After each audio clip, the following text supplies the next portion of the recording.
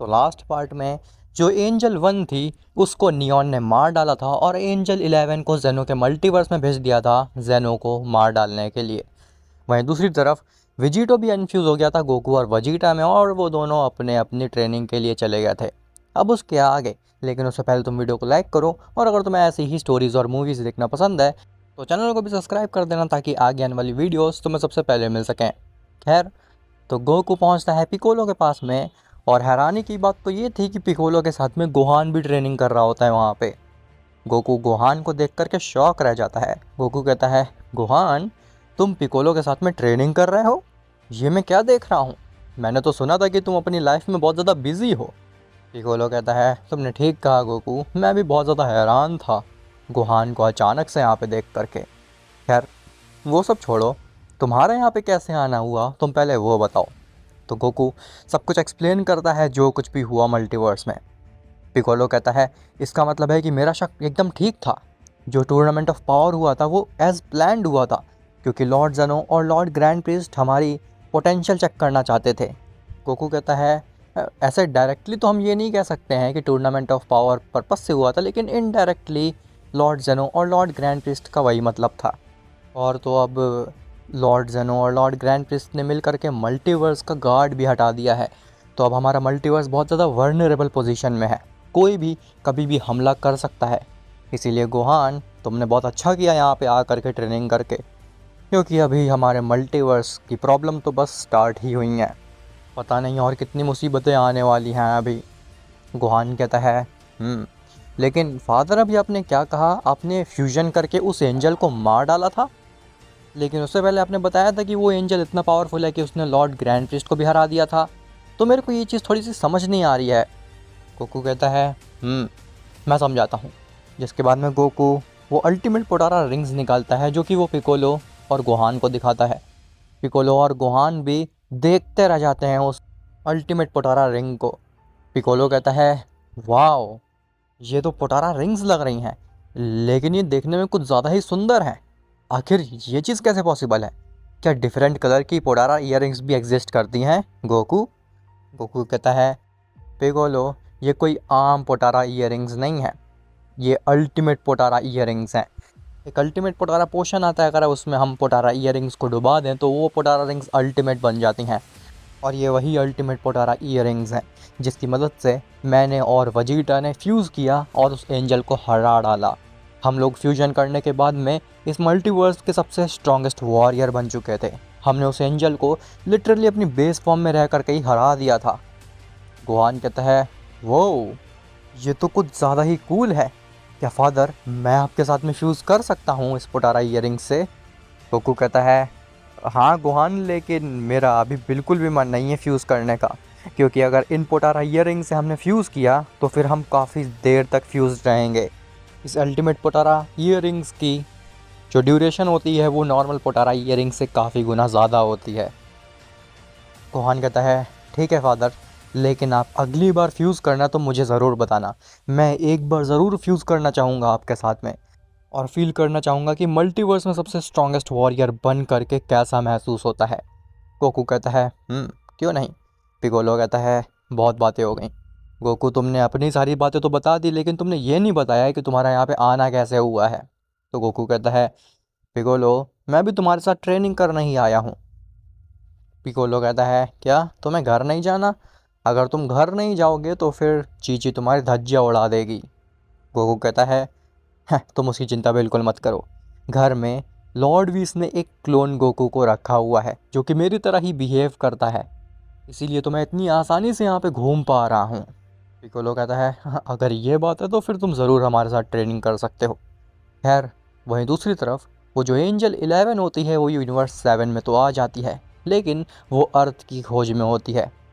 Angel 11 कहती है, मानना पड़ेगा, इस मल्टीवर्स के जो यूनिवर्सेस हैं वो काफ़ी ज़्यादा बड़े हैं मेरे मल्टीवर्स के यूनिवर्सेस के कंपैरिजन में। इतने बड़े यूनिवर्स में एक अर्थ नाम के प्लैनेट को ढूंढ पाना बहुत ही ज़्यादा मुश्किल है, लेकिन मेरे लिए नहीं। खैर, कैसा हो अगर मैं ये पूरा यूनिवर्स 7 ही डिस्ट्रॉय कर दूँ? मुझे नहीं लगता ये आइडिया एकदम ठीक रहेगा, क्योंकि अगर मैंने ये पूरा यूनिवर्स डिस्ट्रॉय कर दिया तो फिर सबकी नज़र मेरे ऊपर चल जाएगी। और हो सकता है कि उस डिस्ट्रॉयर ने मुझे गलत बताया हो। खैर, मैं अपने तरीके से उस अर्थ को ढूंढूंगी। ऐसा बोल करके एंजल 11 अपनी आंखें बंद करती है और उस यूनिवर्स की पूरी जानकारी निकाल लेती है। उस यूनिवर्स की हिस्ट्री, पास्ट, सब कुछ पता चल जाता है उसे एक बार में ही। एंजल 11 हंसती है और कहती है, तो ये यूनिवर्स जीता था उस टूर्नामेंट ऑफ पावर नाम के टूर्नामेंट में। इस यूनिवर्स के डिस्ट्रॉयर का नाम बीरस है और एंजल का नाम वीस। और वो डिस्ट्रॉयर कह भी रहा था कि यूनिवर्स 7 के जो सीएंस हैं वो सबसे स्ट्रॉन्गेस्ट मॉर्टल्स हैं पूरे मल्टीवर्स में। इसका मतलब है कि उस डिस्ट्रॉयर ने झूठ नहीं बोला। खैर, मुझे पता चल चुका है अर्थ कहाँ पे है। अब मैं सीधे जाती हूँ और उन सीएंस की धज्जियाँ उड़ा देती हूँ ताकि वो मुझे बाद में परेशान बिल्कुल भी ना कर पाए। ऐसा बोल करके एंजल 11 सीधे से टेलीपोर्ट कर जाती है गोकू के घर में, जहाँ पे क्लोन गोकू होता है, चीची होती है और गोटेन होता है। एंजल 11 कहती है, तो तुम हो गोकू? गोकू कहता है, तुम कौन हो आखिर, और तुम मेरे घर में कैसे आई? क्या तुम चीची की फ्रेंड हो? तो एंजल 11 कहती है, मैं किसी की फ्रेंड नहीं। ऐसा बोल करके वो एंजल सीधे वो पूरे घर को ही ब्लास्ट कर देती है और वो क्लोन गोकू के साथ में चीची और गोटन भी मर जाते हैं। एंजल 11 कहती है, हाश, मैंने एक सैन को तो मार डाला, अब दूसरे सैन की बारी है। ऐसा बोल करके एंजल 11 सीधे टेलीपोर्ट करती है कैप्सूल कॉर्प पे, और वो एंजल 11 उस पूरे कैप्सूल कॉर्प को भी एक ही बार में डिस्ट्रॉय कर डालती है, जिससे कि कैप्सूल कॉर्प के सारे बींग्स मारे जाते हैं। एंजल 11 हंसने लगती है और कहती है, इस बार तो उस ओमनीपोटेंट को कोई भी नहीं बचा सकता है। एंजल 1 ने ज़्यादा ओवर कॉन्फिडेंट हो करके कुछ मिस्टेक्स कर दी थी, लेकिन मैं उतनी बेवकूफ़ नहीं हूँ। मैं जानती हूँ कि क्या सही है क्या गलत। ऐसा बोल करके एंजल 11 हंसती है और वहाँ से गायब हो जाती है। गोकू पिकोलो और गोहान के साथ में फ़ाइट कर रहा होता है, लेकिन तभी वो रुकता है अचानक से। गोहान गोकू को एक पंच मारता है और कहता है, क्या हुआ फादर, आप अचानक से रुक क्यों गए फाइट करते करते? तो गोकू कहता है, पता नहीं गोहान, मुझे कुछ अजीब सा फील हुआ, मुझे लगता है कि मुझे अपने घर जाना चाहिए। पिकोलो कहता है, गोकू, तुम ऐसे मिड फाइट से भाग नहीं सकते हो। जब तक मैं नहीं कहूँगा तब तक तुम यहाँ से नहीं जा सकते हो, क्योंकि मैं ही तुम्हारा मास्टर हूँ इस जगह पे। तो जब तक मैं नहीं कह रहा हूँ मेरे साथ में ट्रेनिंग करो और गोहान की मदद करो। गोकू कहता है, "अ, ठीक है पिकोलो, जैसा तुम कहो।"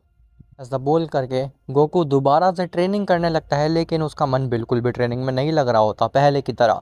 गोकू बहुत ही ज़्यादा अजीब फील कर रहा होता है, मानो कि उसने सेंस कर लिया हो एंजल 11 ने जो कुछ भी किया हो।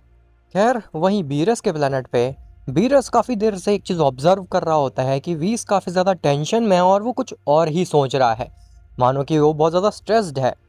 बीरस पहले तो वीस को इग्नोर करता रहता है, लेकिन कुछ समय बाद बीरस को लगता है कि दाल में डेफिनेटली कुछ काला है, वरना वीस ऐसा बिहेव नहीं करता कभी भी।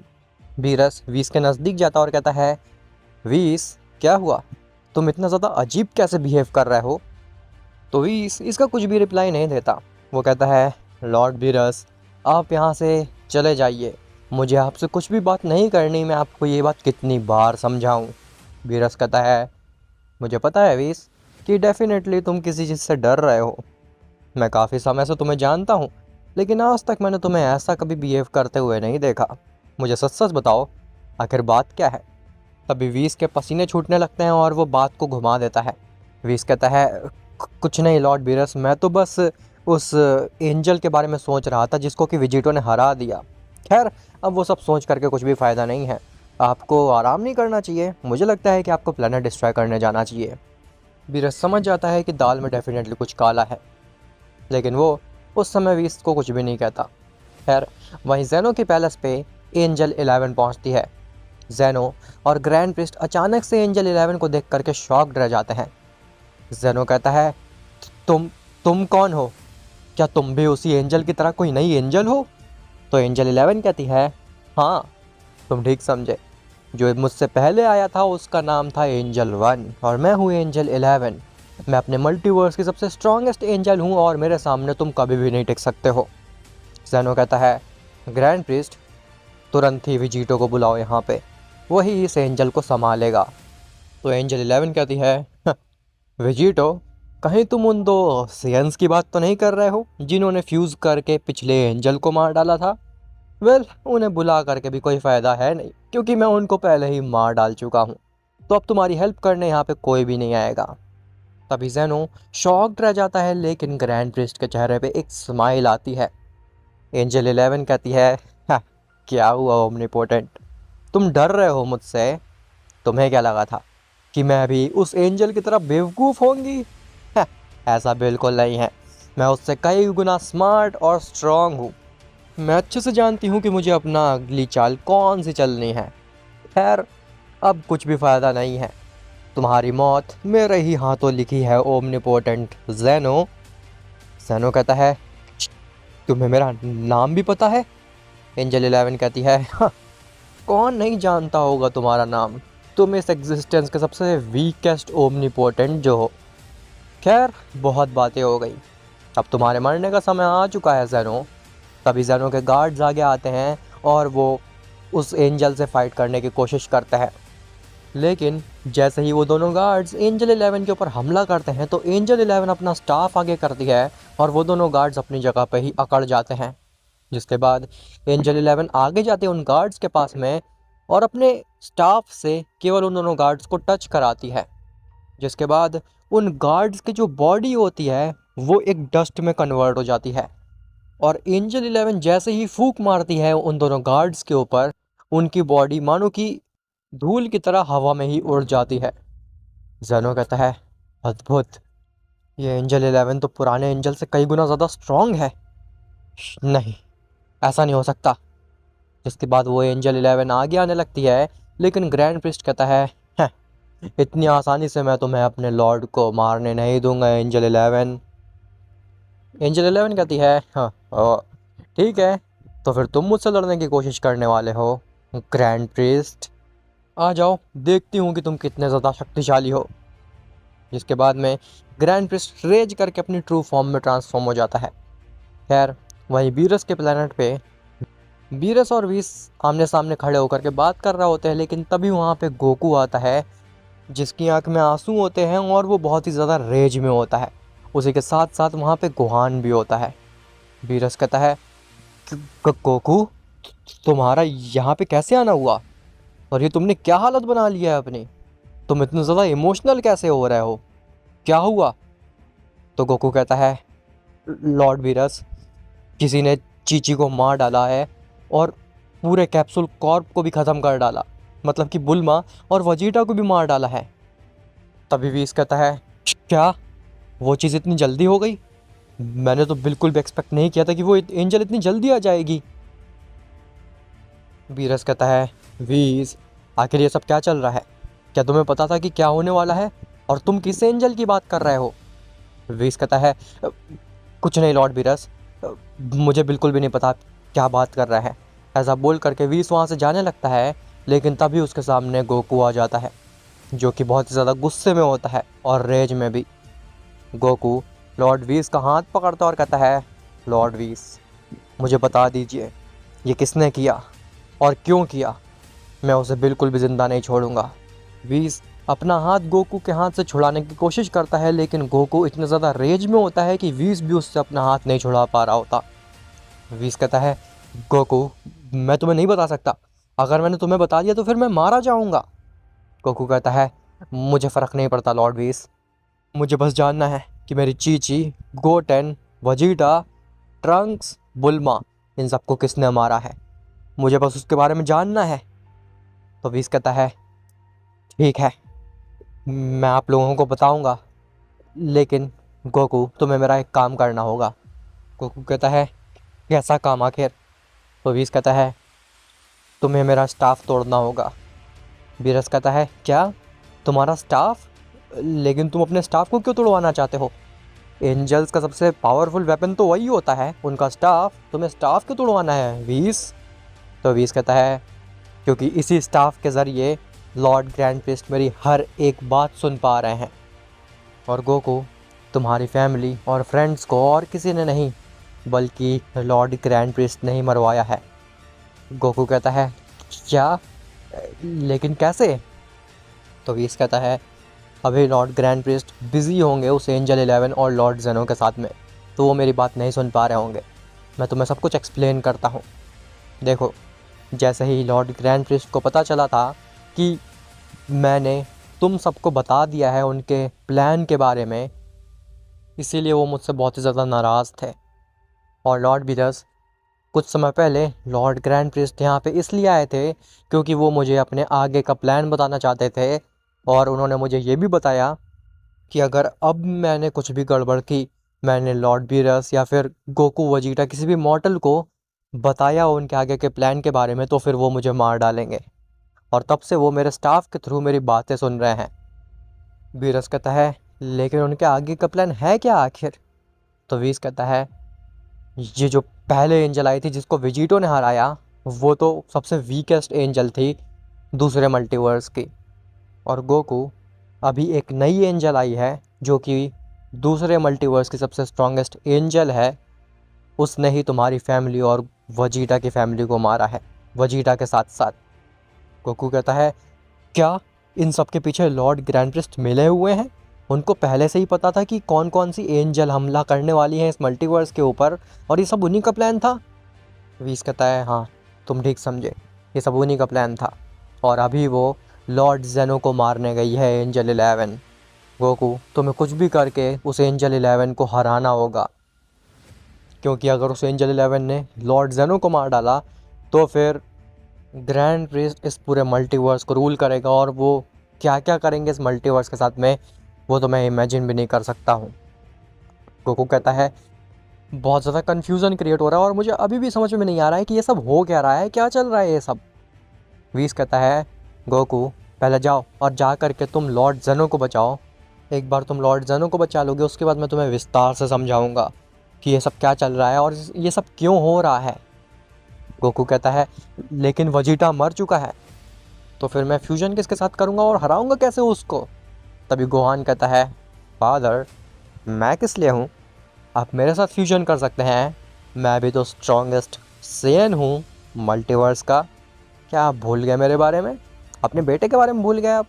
गोकू कहता है अरे हाँ गोहान, तुमने सही कहा, अच्छा हुआ मैं तुमको लेकर के यहाँ पे आ गया। ऐसा बोल करके गोकू उन अल्टीमेट पोटारा ईयरिंग्स को निकालता है और एक गोहान को देता है, एक खुद पहनता है, जिसके बाद वो फ्यूज़ कर जाते हैं गोखान में। गोखान कहता है हाँ, मैं महसूस कर सकता हूँ मैं कितना ज़्यादा शक्तिशाली बन चुका हूँ। लॉर्ड वीस, लॉर्ड ग्रैंड प्रिस्ट, मैं आपसे कुछ देर में मिलता हूँ। ऐसा बोल करके गोखान इंस्टेंट ट्रांसमिशन कर देता है ज़ेरो की पैलेस पे। खैर, एंजल 11 और ग्रैंड प्रिस्ट ट्रू पावर आमने सामने होते हैं। ग्रैंड प्रिस्ट एंजल 11 को देख करके स्माइल दे रहा होता है और एंजल 11 ग्रैंड प्रिस्ट को देख करके। जैसे ही वो दोनों एक दूसरे के ऊपर हमला करने जाते हैं, लेकिन तभी उनके बीच में गोखान आ जाता है और वो बीच में आकर के अपने एक एक फिंगर से एंजल 11 और ग्रैंड प्रिस्ट के अटैक को रोक देता है, मानो कि उसके लिए ये चीज़ बाएं हाथ का खेल हो।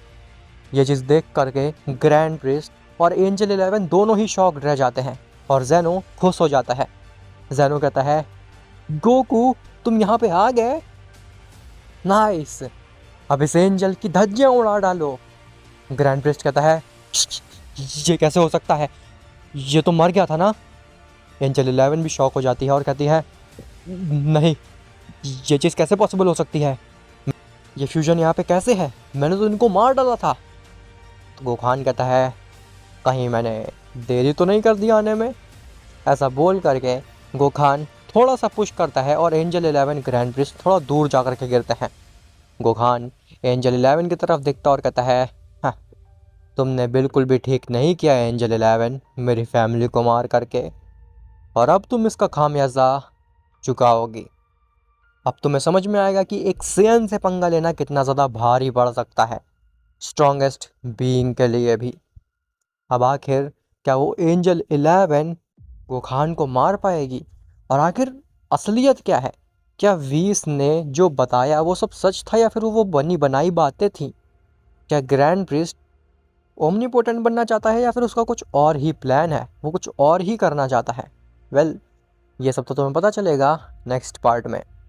और हाँ गाइस, हो सकता है आज का पार्ट थोड़ा कंफ्यूजिंग हो, वो स्पेशली वीस वाला पार्ट जहाँ पे गोकू और गोहान वीरस के प्लेनेट पे जाते हैं और वहाँ पे थोड़ा कन्फ्यूजन हो गया हो तुम्हें, तो चिंता मत करो, आने वाले पार्ट्स में तुम्हें धीरे धीरे वो कन्फ्यूजन दूर हो जाएगा और तुम्हारे जितने भी डाउट्स हैं वो क्लियर हो जाएंगे। खैर, तो मिलते हैं तुमसे नेक्स्ट पार्ट में, तब तक के लिए बाय बाय।